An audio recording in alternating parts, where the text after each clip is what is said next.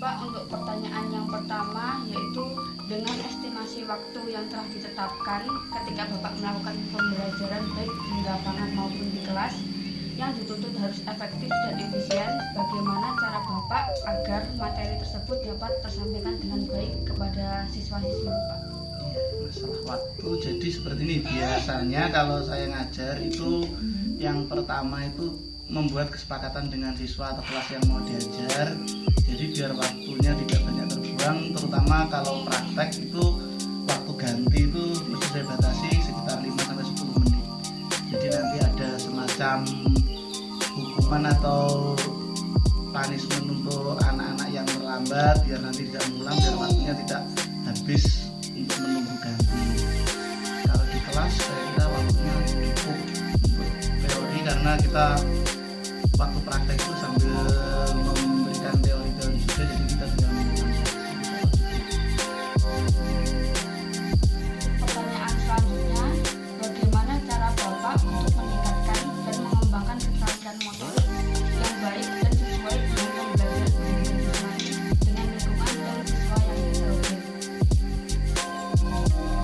Biasanya saya melakukan semacam tes awal tapi dengan cara bermain. Misalkan ambil contoh untuk materi bulu tangkis, itu anak-anak diberi kebebasan untuk bermain sendiri-sendiri dengan teman-temannya. Saya mengamati, lihat mana yang menonjol dan yang paling kurang, itu nanti kita amati, terus kita beri kebetulan kita kumpulkan. Setelah saya bisa nangkap anak yang kira-kira kemampuan motoriknya lebih baik dan anak-anak yang rendah, itu nanti kita jadikan satu, kita gabungkan, nantinya kita tahu mana yang gerakannya kurang betul dan yang betul seperti apa dari dua anak ya. Jadi semacam tes awalnya itu seperti bermain bebas sekemampuannya anak.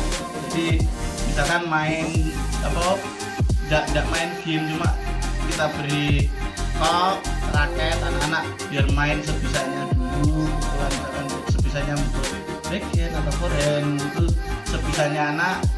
Terus kita lihat amati anak yang misalkan gerakan bikinnya yang betul yang mana, yang salah, kan kita bisa ngamati anak yang bisa sama tidak, itu nanti terlihat di situ. Kita ngamati sambil jalan, kita lihat anak-anak, keaktifannya anak-anak seperti itu. Baik, untuk pertanyaan yang ketiga yaitu apa tanggapan Bapak terkait dengan guru pendidikan jasmani yang mengajar tidak sesuai dengan materi yang telah ditetapkan atau asal mengajar?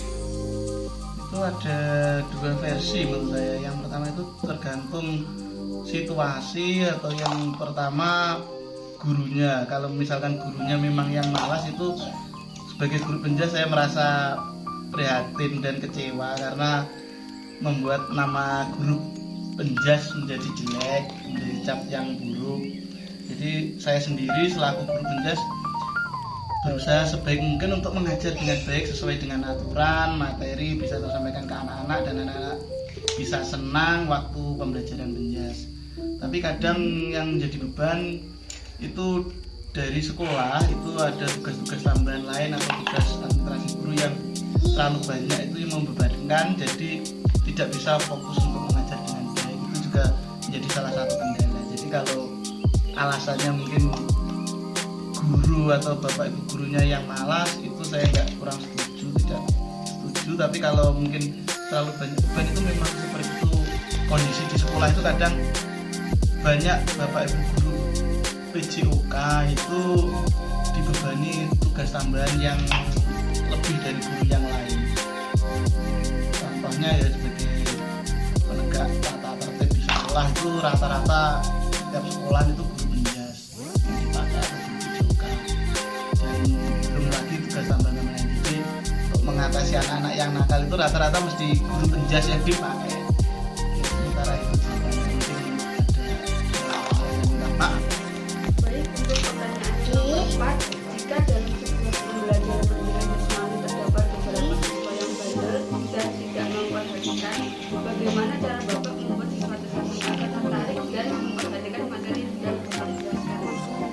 yang pertama dia semangat belajar, bila tetap diulangi lagi mungkin bisa dipanggil ke depan untuk kita ganti bertanya tentang materi yang kita bahas dan sebagainya. Jadi biar anak bisa memperhatikan semua. Terus untuk kalau terjadi seperti itu biasanya berarti pembelajaran yang saya berikan kan kurang menarik anak, jadi kita beri tambah materi yang bisa menarik anak. Itu kita kaitkan dengan materi itu dengan hal-hal yang disukai anak, misalkan contoh di sepak bola kita kaitkan dengan idola saat ini misalkan Messi atau Ronaldo, seperti itu ya. Anak-anak tambah bisa tertarik dengan materi yang kita sampaikan. Misalkan anak-anak tidak memperhatikan kita itu karena materi kurang menarik. Dalam proses mengajar, apakah Bapak mengamati perkembangan dari Bapak? Dan jika iya, apakah materi yang Bapak sampaikan sudah sesuai dengan tujuan pembelajaran yang diinginkan dalam pembelajaran pendidikan siswa ini? Yang jelas ya mesti kita mengamati anak-anak untuk pembelajaran. Jadi tapi kita tidak semuanya mengamati satu persatu, cuma sekilas kita ambil yang jelas. Yang pertama kita lihat yang menonjol, paling menonjol. Terus dari anak-anak yang mungkin gerakan motoriknya kurang, itu untuk menyikapi sebagai dasar untuk kegiatan pembelajaran materi yang pas untuk kelas itu apa. Jadi kita sesuaikan dengan kemampuan anak-anak itu. Untuk pertanyaan yang keenam, yaitu pada era teknologi canggih saat ini tentunya dapat menunjang proses pembelajaran pendidikan siswa di sekolah-sekolah. Nah, bagaimana strategi Bapak sebagai guru pendidikan siswani dalam memanfaatkan dan memaksimalkan teknologi yang ada tersebut? Yang jelas dengan kemajuan teknologi sangat membantu terutama untuk kegiatan praktek. Jadi misalkan kita ambil contoh materi senam irama, jadi kita bisa memberikan link untuk anak-anak bisa melihat video. Setelah anak-anak mengamati di video itu secara lengkap, kita bisa menjelaskan secara per item. Misalkan kita bisa gerakan pemanasan yang seperti apa, contohnya kita memberikan contoh sekaligus kita lihat videonya tadi. Jadi kita potong-potong video itu, misalkan gerakan inti, terus gerakan pendinginan. Ya, jadi kita tidak hanya nge-share video anak-anak belajar sendiri ya. Anak-anak awalnya mandiri, kita siapkan anak-anak video itu, anak-anak bisa belajar sendiri. Tapi setelah itu kita lihat anak-anak benar-benar belajar apa enggak, kita bedah per item, misalkan mulai dari pemanasannya, gerakan inti dan pendinginannya. Jadi kita lebih detail. Yuk. Setelah adanya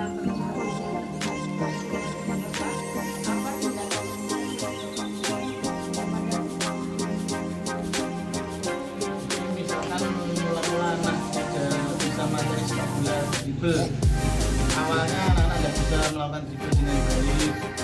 Itu kalau sudah terlihat anak-anak sudah mulai bisa melakukan, kita tambah tingkat kesulitannya. Yang pertama misalkan dribble lurus, terus kita sebenarnya sudah bisa, kita dribble bisa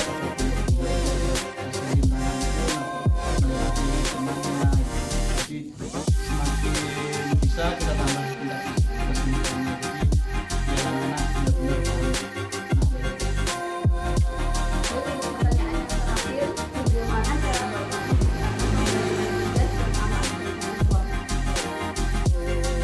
Untuk keselamatan itu hal yang utama untuk pembelajaran ya. Jadi awal mesti saya tekankan untuk anak-anak agar bersikap sportif, saling tanggung jawab, menjadi teman. Jadi anak-anak dia bisa menjaga keselamatannya diri sendiri dan temannya. Jadi misalkan anak-anak tidak, terutama untuk tes kebugaran, kemampuannya memang tidak kuat, ya tidak perlu dipaksakan. Kalau mungkin kompetisi berupa permainan bergunakan sepak bola itu lawan benturan, itu untuk tidak melakukan gerakan-gerakan yang kasar atau mencederai lawan. Yuk. Mungkin Pak Gali dapat menceritakan pengalaman mengajar Bapak selama di SMA itu. Jadi pengalamannya banyak sekali ya, termasuk suka dukanya. Di awal itu mungkin kalau lulus dari kuliah itu mungkin mesti kaget kalau praktek untuk mengajar itu. Yang jelas di sekolah itu tidak seperti waktu kita kuliah, bayangannya standar ya. Waktu praktek nyatanya di lapangan itu yang jelas yang pertama masalah peralatan. Di sekolah itu tidak seperti bayangan kita komplit, itu kita harus pandai-pandai memberikan memodifikasi karena alatnya ya adanya itu kan bisa mengajar materi yang disampaikan dengan alat yang ada. Yang kedua, anak-anak sekarang itu kenakalannya macam-macam. Tiap kelas itu ada anak yang ada yang tapi itu lama kelamaan akan menjadi seni waktu kita mengajar. Jadi tidak mudah kita mengajar dengan anak-anak yang penuh saja. Jadi kita malah lebih enjoy lagi menikmati anak-anak yang bandel itu akan membekas rasanya. Mungkin cerita pengalaman seperti itu, kenikmatannya waktu kita bisa merubah